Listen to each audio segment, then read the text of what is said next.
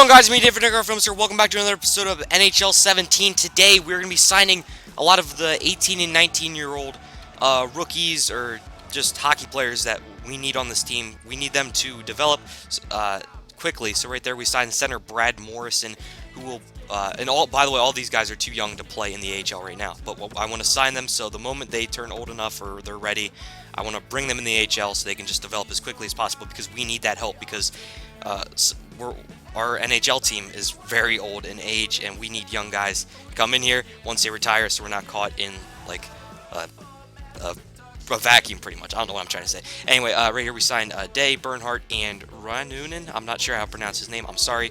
And also Ronning, we're going to give a contract to. And the good thing about this is we can just give them so little money because they're not that great of an overall, and you know they're in the juniors. Okay, so right here you can see that those 5 guys are all in different leagues other than the AHL because they're too young to be in the AHL, I guess, or something like that. I don't know. Anyway, right here you can take a look at the starting lineups for our AHL team. I forgot to do this last time, and I'm sorry about it, but here it is right now. Not that you care. I really didn't care to edit these at all. I mean, I did edit them, but I didn't really care while I was editing. I have like a system that I do, but yeah, it is orderly, just not the greatest thing ever. So I think overall, I think our AHL team will have a good year because Brady Skici, 77 overall, he's ready to come up. We got a lot of guys that are there. Like I call them placekeepers. Their overall is pretty good, but they're never going to come up to the NHL to play, obviously, because they're not that good, but they're good enough. So I think we're going to have a pretty good year. I want to see a lot of development. Right here, we're going to name Brady Skici our captain. I'm sorry if I say his name wrong. And we're going to make the 2 veteran players, Chris Summers and Daniel Paille, our alternates, just because I think they deserve it. I don't know. Why not? You know, everyone else here is young for the most part, and, you know, just give them captaincy and the alternate. Why not? All right. So anyway, hold the team meeting. We're going to do that right here. This is before our first preseason game, and I say, I want you all to play, blah, blah, blah, blah, blah, and the only person that lost morale is Antti Raanta, so, yeah, that's because he's butthead. Everyone else, you know, they think I'm awesome, which is pretty good. So right here, you can see that we are going to try to simulate up to the start of the actual NHL season, but we're also going to edit our scouting assignment, and what I like to do here is I like to do forwards, defensemen, goalies. I like to rotate them around, keep the rotation going, and I like to do them for 6 weeks each in the U.S. Right there, Paul Gustad accepted our offer, and he's going to be the starting center for our AHL team. But anyway, I do that because I just want to get a perfect scouting on a certain area. That's just my system that I do. I don't know if it's the greatest. I'm still experimenting with it, but that is what I do. So once draft time comes, we'll be drafting a lot of U.S. players just because we scouted there a lot, and you know, I can do that for literally any other area, by the way. So it doesn't have to be the U.S. But yeah, leave comments below explaining that system to me a little bit more, telling me which ones are the better. Is like the OHL better than the AHL? I don't know. I honestly don't know. But that doesn't matter. Right here, teams must be good. Okay, yeah, this blah, blah, blah, blah, blah. Yes, waivers, starting cap, all that crap. It's all good. It's all good. We're going to make Gustad the AHL on the AHL, not a backup. Not a depth forward, I should say, because we already have Tanner Glass, and, you know, why not put an 80 overall down on our AHL team to really help them develop and do good. So right here, we're going to start the simulation of the NHL season. We're going to go month by month, and I'll show you the stats for each month and all that jazz. But anyway, let's get started. So we start off with a loss to the Islanders, 5-2. That's a lot of goals let up there. And then we lose the St. Louis Blues. Thank you. Overtime loss. And now, oh my God, we are 0-2-1 going into Detroit, and we finally pick up a win there, 6-4. And against Washington, we pick up a win. So now we're 3-2-1 as we beat the Arizona Coyotes. And now here at Boston, is this going to simulate? In general, I feel it'll be a good year for rookies. Okay, so it's going to be a good year for rookies, better than usual. So that's good, I guess, because we need those prospects to develop fast. We need to get going here because they need to get going so we can bring them up to the NHL team because we're running out of time because Zuccarello is 29 years old. Stepan's 26. We can't go with these 5-year rebuilds. We need something now. Right here, we are going to look at the stats, and look at that. Columbus is starting off with a 7-0 start. That is insane.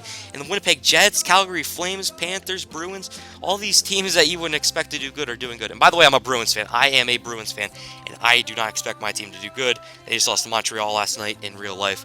So, yeah, that sucked crap, by the way. Anyway, you can look for the goals per game. We are right there in the top 10, I would say. 1, 2, 3, 4, 5, 6, 7, 8. Yeah, we're about there in the top 10, which is really solid in my opinion. We're scoring a lot of goals, but the problem is that we are not keeping the goals out of the net. As you can see right here, we're not even in the top half. And, yeah, right there we are. We're not even in the top 15. We're actually ranked 16th, I think, if that's how it goes. And then our power play. Our power play is not good at all. We are very towards the bottom. So after the showing of the stats, I'll edit the power play. And then, yeah, we just need our defense to step up. There's not much I can do there. I need Lundqvist to play better.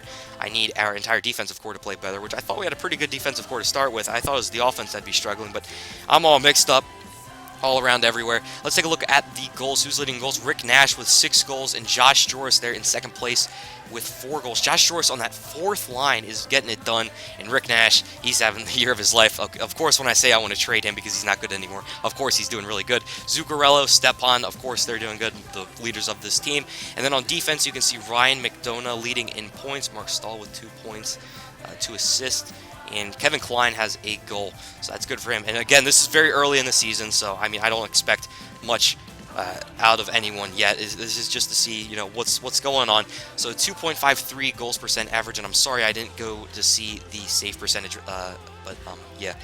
Anyway, right here you can take a look at our power play. We moved Chris Kreider up to the sniper position, I like to call it. You have the point, and then you have the sniper, and you just set up these giant freaking bombs from the point, and that's what Chris Kreider hopefully is going to do. I tried taking a look at who has the best shooting, and that's simply what I did. And now we are here in November, and we're going to sim up to about Thanksgiving time, because that's when they say if you're in the playoffs then, you'll be in the playoffs in the spring. So we win against St. Louis. We get a shutout there, lose to Edmonton, a win against Boston, big win against Boston. And then, okay, so another a scouting thing.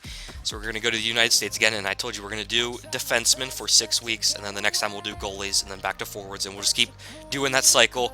We win against the Jets. We are going to hopefully beat the Canucks. Yes, thank God. And then Calgary, please, come on.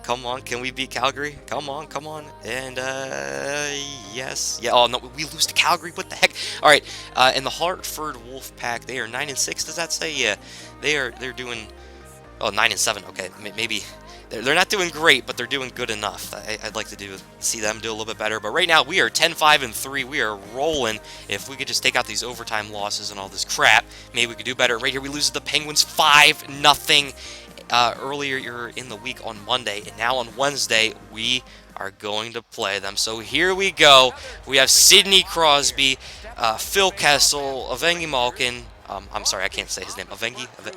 I don't know. Anyway, right here, early in the first period, pretty much. This is Crosby getting the puck. He's going to feed it to Kessel. Kessel puts it right by Henrik Lundqvist. That was Sidney Crosby taking it away from the New York Rangers player. I'm not sure that was. We'll have to see a replay here.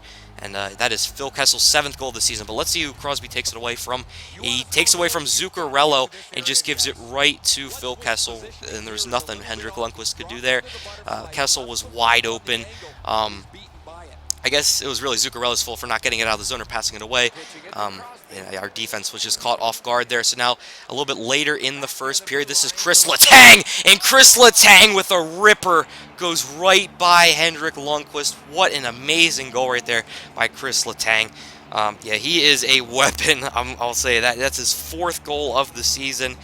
It was a very powerful one, as it's just a feed from Sidney Crosby. Again, Sidney Crosby, one of the best hockey players in the world, gives it right to Chris Letang.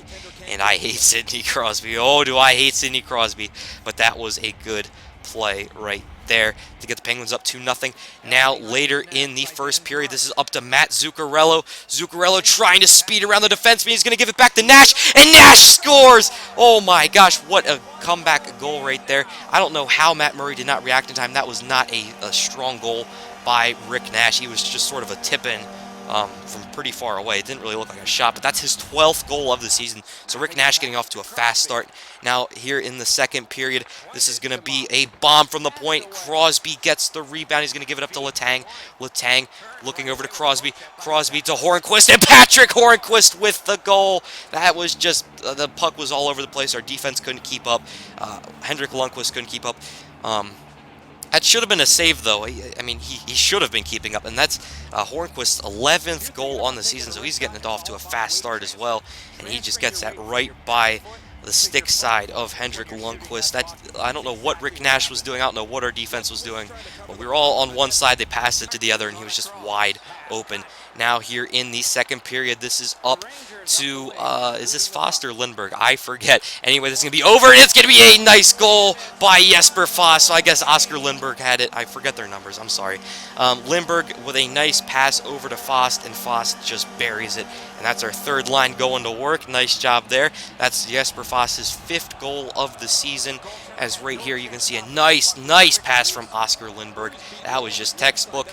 And even if Murray would have blocked that, you see Kevin Hayes there would have probably gotten the rebound and put it right by him anyway. So that was just nice offense by the third line of the New York Rangers. Right here, this is Mika Zibanejad coming in. Mika Zibanejad comes in, fires one, rebound off the post. That was almost a goal. Fost again, and he almost got it right by Murray on a big slapper from the point. Matt Murray coming up big for the Penguins here. Now in the third period, this is going to be a pass down low, and it is going to be a goal. It was just tic-tac-toe all over the place, and that is Phil Kessel again making it a 4-2 lead in a pretty much impossible comeback for the Rangers at this point. That is his 2nd goal tonight. That's his 8th of the season. Phil Kessel just on fire.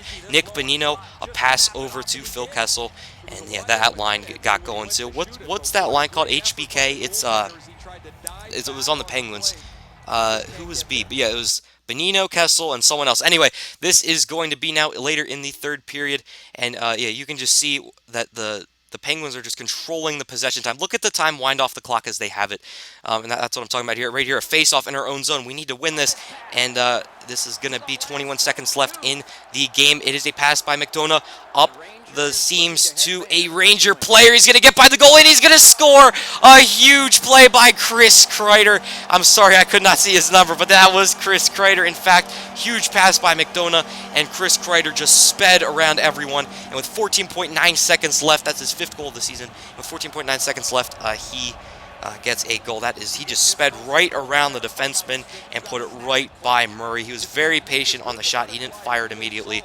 He was confident that he would beat the defender, and that is exactly what he did. So Chris Kreider gets a goal for us there to alleviate some of the pressure of losing, I guess. And Matt Murray just played a terrific game. He was making saves all over the ice, and the Penguins, of course, they're the Stanley Cup champions last year in real life. So I mean, what can you do? So Phil Kessel, 2 goals. Crosby got 3 assists. That's a 3-point night for him. And Hornquist with a goal and an assist.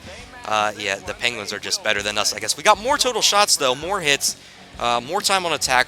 They had better passing because they just have better skill. And that is going to be the end of this game as we lose 4-3 to our division rival, the Pittsburgh Penguins. And now you can see that we're going to finish off simulating here. Actually, we are going to stop it at the Flyers game. And do we win the Flyers game? Do we win? No, we lose 2-0 in the Flyers game. So right now, I think that we are currently in the playoffs. Am I going to? Yeah, okay. Right now, we are in the 3rd spot behind the Columbus Blue Jackets, ahead of the Washington Capitals. Somehow, I have no idea how that is. But yeah, right now we are in the playoffs. So in the spring, we should be in the playoffs. If everything goes, if everything just goes normally, actually, if nothing bad happens, then we should be in the playoffs. But I do not want to trade any prospects away for rentals, because that's what we've been doing. That's what the Rangers have been doing for so long now, and it's just not been working. You can see that the goals against per game, we are not even in the top half. So I mean, yeah, we got it. Our defense has got to improve. Yeah, we're all the way down here. So yeah, we got our defense has got to improve. Lundqvist's play has got to improve. You can see our power play. We are just way down there still. I don't know what I have to do. I'm still thinking about what I should do with the power play. I think it's our 2nd unit bringing us down, but I think our 1st unit is getting a lot of shots off, but they're just not scoring. Right here you can see Zuccarello, 23 points, Nash with 19 points and 12 goals. Again, he's having a fast start this year. Zuccarello, 19 assists. Oh my God, he's just having.